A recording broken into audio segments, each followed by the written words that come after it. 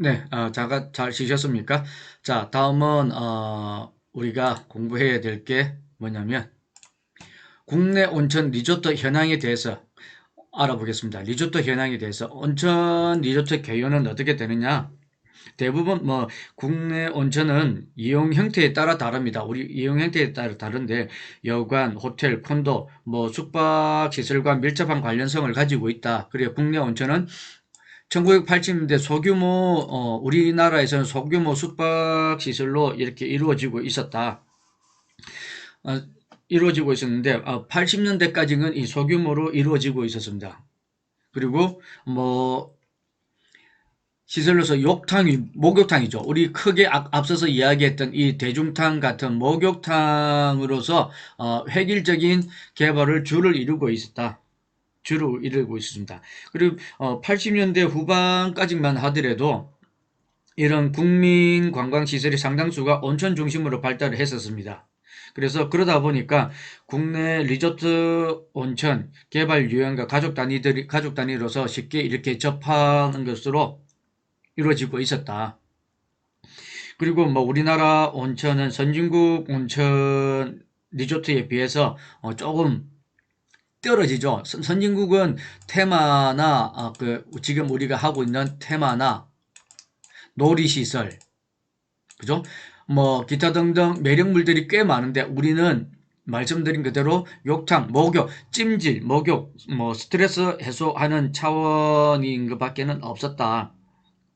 그리고 온천 리조트는 그마다 자기네들마다의 특성이 없습니다.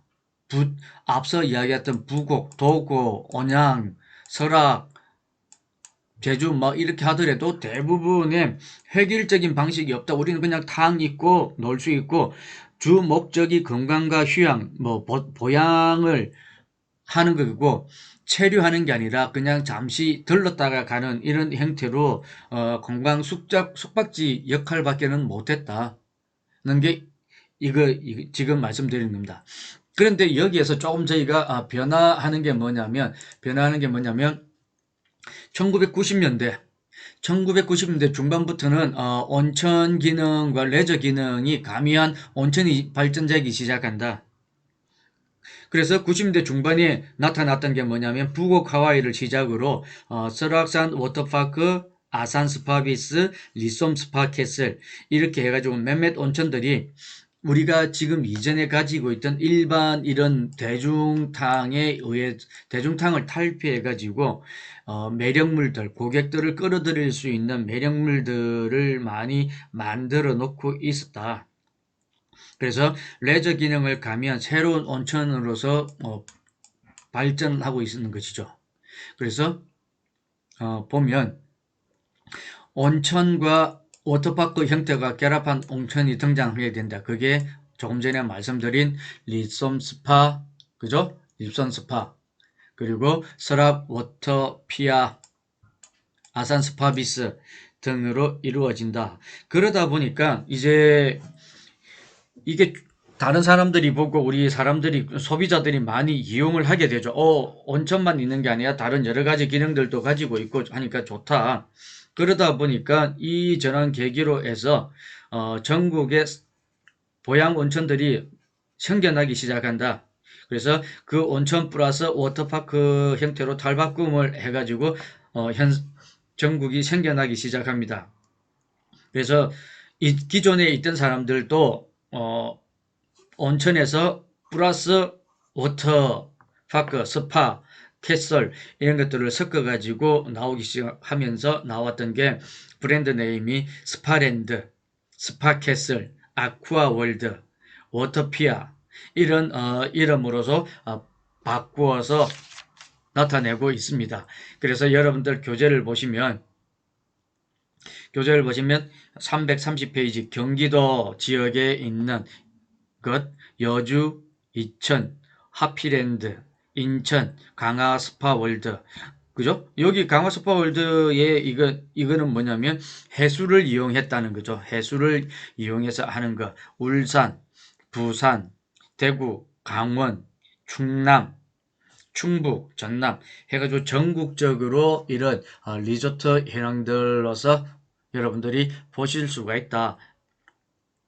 그러면 리조트 현황은 이 정도에서 여러분들 교재를 보시면 조금 이해하실 수 있습니다. 이해하실 수 있고, 다음은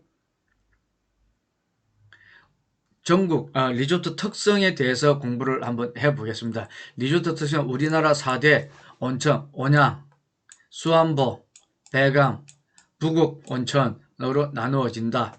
그래서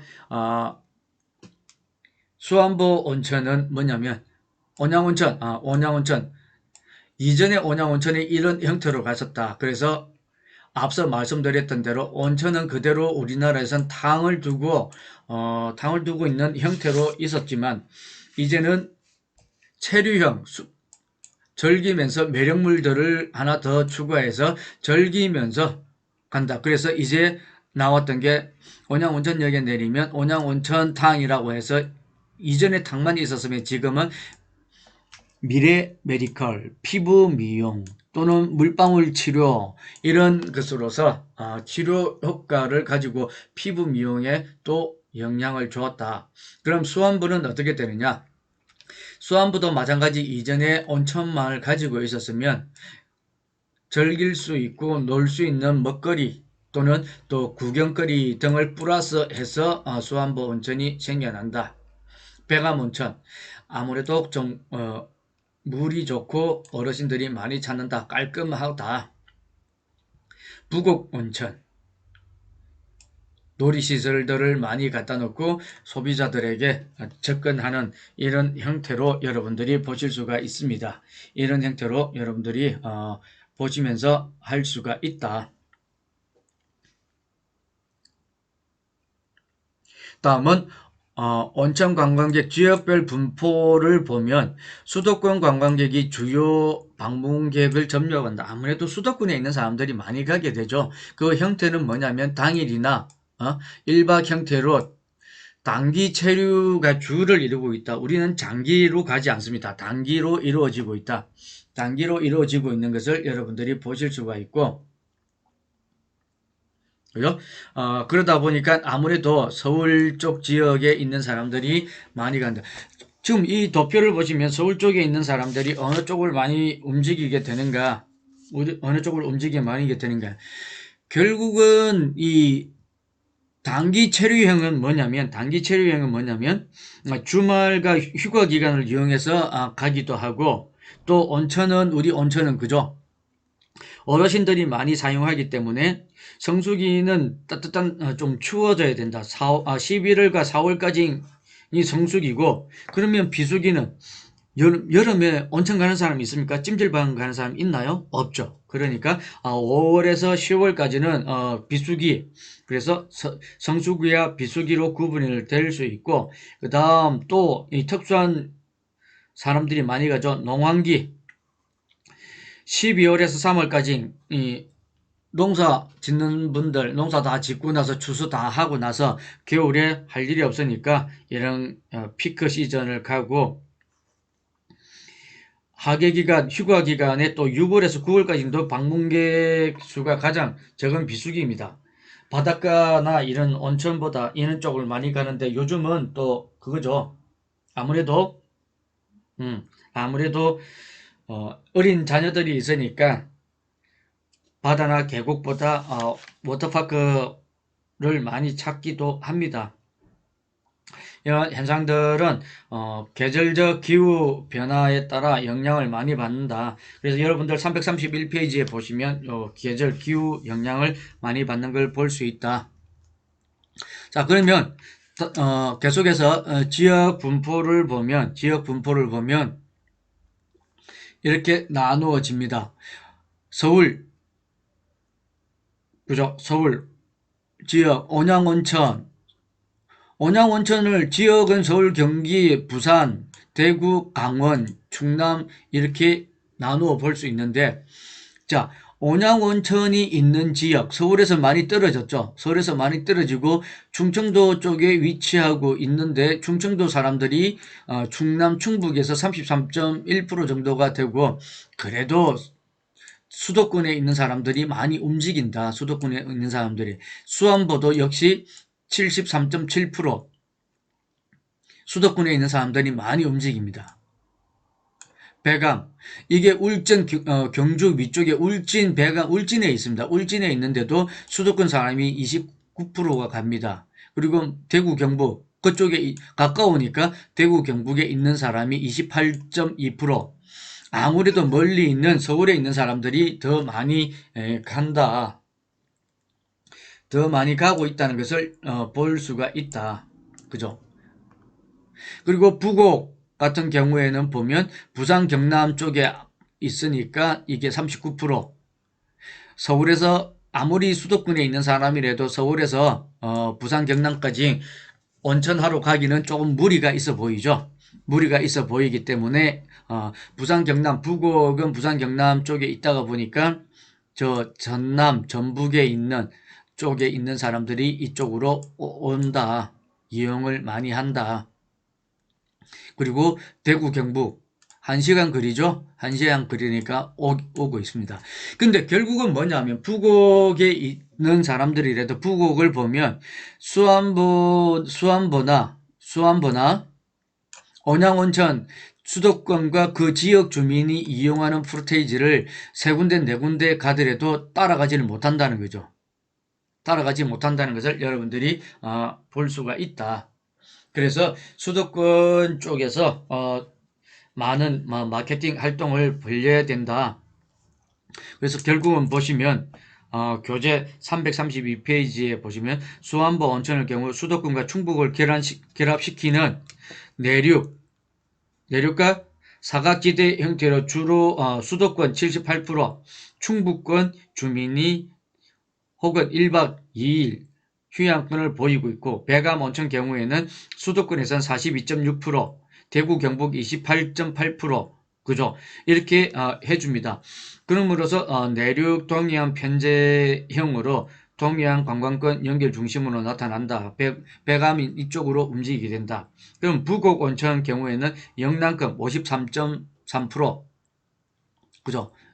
영남권 53.8%, 영남권과 호남권 22.1%, 이 영호남이 결합되어서 남해안 편제를 나누고 있다. 그러다 보니까 내륙과 휴양 그리고 남해안 이런 연결을 짓고 있는 형태로 본다.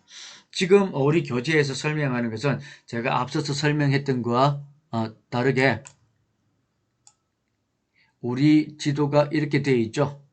그러면 이렇게 잘라서 설명을 하고 있다. 서울 경기 쪽, 경상도 쪽, 내륙, 여기 동해 쪽, 강원, 충청, 서울 이 형태로 이렇게 보실 수가 있습니다. 그래서 여러분들이 이런 각 자료들을 보고 이해하실 수가 있다. 자, 그러면 이런 국내 온천에 대한 문제점들은 어떤 것들이 있을까? 문제점들은 어떤 것이 이런 것으로 해서 문제점들이 어떤 게 문제들을 가지고 올 건가를 한번 보겠습니다. 이 문제점은 뭐냐면 온천 리조트의 선진국은 일주일 이상 보통 일주일에서 15일 정도 휴가를 갑니다. 왜? 그래서 체류하면서 건강지향을 하기도 하고 휴양 온천 그리고 다른 형태의 보이고 있는데 우리나라 국내 온천의 문제점은 뭔가? 획일적 개발이다. 획일적 개발은 뭐냐면 탕 위주 획일적 개발로 특성화를 찾아볼 수가 없었다라고 이야기를 했었습니다. 그러다 보니까 우리나라에서 온천 개발 사업을 주로 숙박이나 부대시설 추진되고 있고 지금 그죠? 그리고 특성화, 휴양지 이런 우리 고유의 창의적인 리조트가 개발되지 못하고 있는 상태에서 단지 획일적으로 획성화 되어서 나온다. 그러다 보니까 다른 온천과 다른 거에 연계되어서 할 수 있는 게 없다. 저기에도 큰 탕 하나 놓고 그러니까 이제 매력물은 물이 얼마나 깨끗하냐, 물이 또 얼마나 건강에 좋으냐라는 것을 가지고 싸울 수밖에는 없었다. 그러다 보니까 이제 온천을 개발자로서 운영하는데 서비스가 조금 미약해지면 서비스와 온천, 물 이런 것으로서 조금 더 격조를 높인다. 그러다 보니까 결국은 서비스로서 대체물로서 가겠다. 플러스 고객이 즐길 수 있는 것, 획일적에서 탈피하겠다는 것을 볼 수가 있다. 두 번째, 객실 설계 단조로움. 이미 우리는 핵심 상품이 객실, 숙박으로 되니까 리조트 핵심 상품은 객실 시설 및 경영 방식에도 좀 단조롭습니다. 뚜루룩 해서 방 지어 놓고 객실 들어가고 획일화 되어 있고 이러다 보니까 이제는 시장 환경이 따라 고객이 어떤 것을 요구하는 것에 따라서 다 다르게 된다. 요구하는 것에 따라 다 다르게 움직이게 됩니다. 그럼 고객이 어떻게 움직이고 요구하느냐? 온천 리조트 객실을 단조로 해결화가 되는 것을 어떻게 이러한 문제점들을 하기 위해서 객실을 일단 대형화, 크게 만들고 또 고급화, 그죠? 대형화, 고급화를 만들고 객실 내부 디자인과 분위기도 고급화를 지향하고 고객의 품위와 품격을 업그레이드 시켜주고 있다. 세 번째, 식음료 시설과 메뉴의 단순함. 우리는 흔히 가면 볶음밥이죠. 비빔밥입니다. 어디서나 맛볼 수 있는 흔한 식당과 다양한 메뉴 개발. 이 메뉴가 부족하다는 거죠. 그러다 보니까 이제는 뭐 조금 건물 내에 기본적으로 우리가 갖추고 있는 거는 레스토랑 시설, 한식당, 양식당, 겸 커피숍, 그리고 선액 정도가 대부분입니다. 그러다 보니까 뭐 이제는 흔히 맛볼 수 없는 식당들을 특색 있고 있는 요리들을 제공하게 됩니다. 그러다 보니까 레스토랑 이미지와 분위기도 편안함을 제공해 줄 수 있게끔 만들고 또 풍성하고 특색이 있게끔 해가지고 다양한 메뉴, 뭐 외국 음식 메뉴를 가져온다든지 이런 형태로 보여주고 있다. 그리고 식당이 조망권이 없으면 조망권을 확보할 수 있는 곳으로 옮기거나 아니면 옮기지 못할 경우에는 독특한 분위기 연출을 만들어내는 이런 것들로 볼 수가 있습니다. 자, 네 번째는 뭐냐면 정진 프로그램. 우리는 기본적으로 건강 때문에 왔는데 항상 획일적이죠. 온천에 들어가가지고 따뜻한 물로 스트레스 풀고 근육 이완, 수축 이완 했다가 나오기도 합니다. 그러다 보니까 탕 위주의 획일적인 것으로 온천욕 외에 마땅히 즐길 수 있는 프로그램이 없었습니다. 온천욕에 즐길 수 있는 프로그램이 없었다. 그래서 서비스가 미약하다, 뭐 이런 게 저런 게 할 게 없다라고 이야기를 했던 거죠. 그래서 이제 주는 것은 서비스를 하면서 조금 더 고객들이 온천만 할 게 아니라 매력물들이 뭐가 있는가를 좀 더 만들어야 된다. 이런 문제점들이 있다. 이건 여러분들이 이 문제점들은 다시 말해서 역으로 보면 무엇을 해야 고객이 올 수 있을 것인가, 이게 꽤 중요한 겁니다. 다섯 번째, 다양한 액티비티 시설이 부족하다. 그죠? 아무래도 이 온천욕 외에 다양하게 즐길 거 없고 또 온천을 오시는 분들이 왜 이게 부족했을까? 이전에는 왜 우리는 이것을 만들지 못했을까는 뭐냐면, 온천을 오시는 분들이 다 노인분들이고 어르신들인데 어르신들이 이렇게 액티비티한 것을 즐길 수 있을까? 그래서 안 만들었다는 거죠. 안 만들고 그냥 단지 조금 편안하게 즐겼다가 가실 수 있고, 그리고 와 봐야 손자 손녀들 데리고 오니까 어린이 시설, 놀이방, 게임장 요런 것만 있어도 됐는데, 그죠? 그러다 보니까 이제 가면 갈수록 건강에 관심이 많고 온천을 많이 하고 또 스트레스 풀고 인생 100세 시대에 접어들었지 않습니까? 그러다 보니까 우리가 조금 더 이제 노인이 아니다라는 것을 여러분들이 좀 더 체크를 해야 된다. 자, 수용 인원은 입장객들이 몰리죠. 주말이나 아무래도 성수기, 적정 인원들을 수용하게 된다.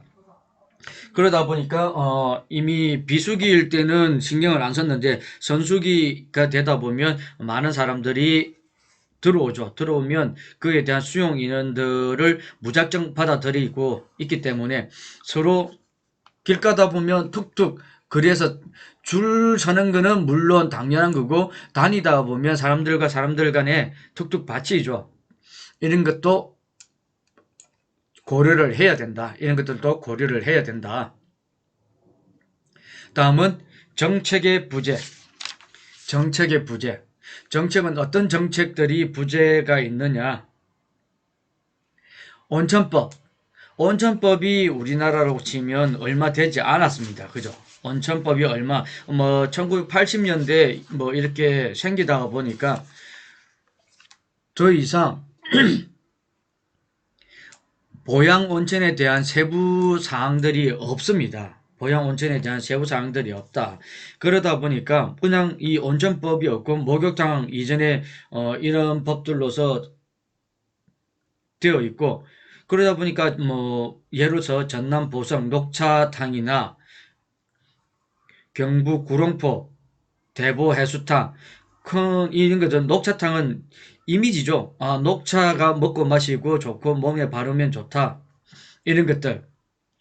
해수탕이다. 이미 이전의 탕들은 물로서 하는데 우리는 해수, 바닷물을 데워서 하는 그 하나의 차별화를 두고 있기 때문에 이 하나의 차별을 두고 있기 때문에 큰 성공을 거두고 있습니다. 그러다 보니까 이제 정부 정책에 의한 딜레마가 나온다. 성공은 거두었는데 여기에 대한 적절한 법제가 세부 대행이나 이런 법제가 마련되지 못했다. 이런 법제가 마련되지 못해서 이런 게 생겨났다. 다음은 개발 전문가가 부족했다. 전문가가 부족해서 시공업체와 인테리어 업체에 의존해서 개발했다. 단지 전문가가 없으니까 시공업체, 나는 땅이 있고 시공업체한테 건설 맡깁니다. 이거 탕 몇 개 이어주고 온천 몇 개 이어주고 디자인을 몇 개 해주십시오 라고 했는데 이전까지만 하더라도 이게 없었습니다. 그러다 보니까 온천이나 대중 사우나, 스파 전문 개발로 해서 이거는 전문가가 아닌 인테리어 업체가 이 대부분 시공업체 이런 것들과 의존해서 해외에 있는 사례를 보고 개발을 했었던 겁니다. 해외에 있는 사례를 개발했는데 이제는 그러다 보니까 해외 사례를 보고 결정을 하다 보니까 아무래도 비용이 많이 들죠. 국내에서는 기본적인 것만 하면 되는데 비용이 많이 드는 거죠. 건강에 필요한 것, 스몰탕을 만들다든지 아니면 이런 해외에서는 탕 하나를 만들어도 여기 사람이 들어서 어떻게 사용하는 방법을 알려주고 그러다 보니 인건비 또는 인풋이 많이 들어가 있는 건데 우리는 이 전문가가 아닌 이런 인테리어 업체가 하다 보니까 그것만 따가지고 옵니다. 따가지고 와서 만들어 놓고 전문가 하나 갖다 붙여 놓고 가버립니다. 그러면 오너는 인풋 대비 이걸 거쳐가지고 돈을 내가 투자를 해가지고 이런 전문 시설들과 사람을 갖다 놓고 소비자들을 이용하게끔 만들고 그리고 나서 뽑아내는 게 큰 이익을 봐야 되는데 나중에 뽑고 나서 보니까 도로 작게 나온다. 그러다 보니까 이 사람이 없어지고 인건비 줄이기 위해서 이 사람이 없어지고 그러다 보니까 쓸 수 있는 이걸 제대로 쓸 수 있는 사람들이 없다는 거죠. 결국은 그러다 보니까 우리가 잘 이루어지지 않는다. 잘 이루어지지 않고 있기 때문에 이런 문제들로서 있다. 그래서 결국은 우리 이런 지금 앞서서 설명드렸던 리조트의 문제점 8가지. 그래서 죄송합니다. 개발 전문가가 부족하다. 개발 전문가가 부족하다. 이런 것. 개발 전문가로서 여러분들이 이제 관광을 전공하고 테마 호텔 기획을 공부하고 난 이후에 여러분들이 전문가로서 여기에는 어떤 것들을 접목시켜야 될 것인가 또는 어떤 것을 가져와야 될 것인가를 여러분들이 이제 전문가로서 필요한 시점 그리고 전문가로서의 문제점 등을 보충해 나가셔야 됩니다. 보충해 나가셔야 된다. 그리고 잠시 쉬었다가 다음은 뭘 할 거냐? 국내 주요 온천 리조트 리조트에 대해서 한번 알아보도록 하겠습니다. 리조트는 뭐 앞서 말씀드렸던 리솜이나 북악 하와이 이런 것들 이제 그 리조트들이 어떻게 형성되고 분포되어 있고 또 어떤 세부 시설과 또 성수기 비수기에 적정 수용 인원은 어느 정도 되는지에 대해서 좀 더 면밀히 알아보도록 하겠습니다.